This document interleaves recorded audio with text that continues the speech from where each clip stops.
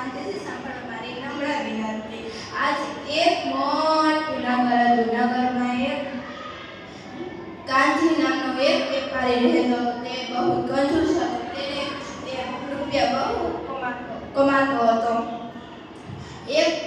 તે દાન પુણ્ય સેવા કાંઈ ન કરતો હતો. પછી તેના રૂપિયા વાળામાં દાટી આવતા. પછી તે દરરોજ રાત્રે જાય,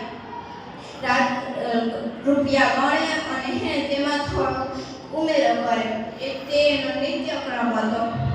પછી એક વખત તેના માતા પાસે એક ચોર સંતાયેલો.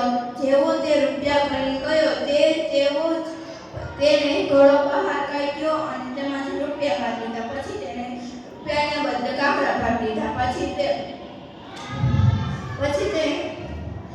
ત્યાંથી ઘરે ચાલ્યો ગયો. પછી તેને બીજા દિવસે રાત્રે ગયો. પછી તેને જાણ થઈ કે રૂપિયા નહીં પણ આમાં તો કાકડા છે.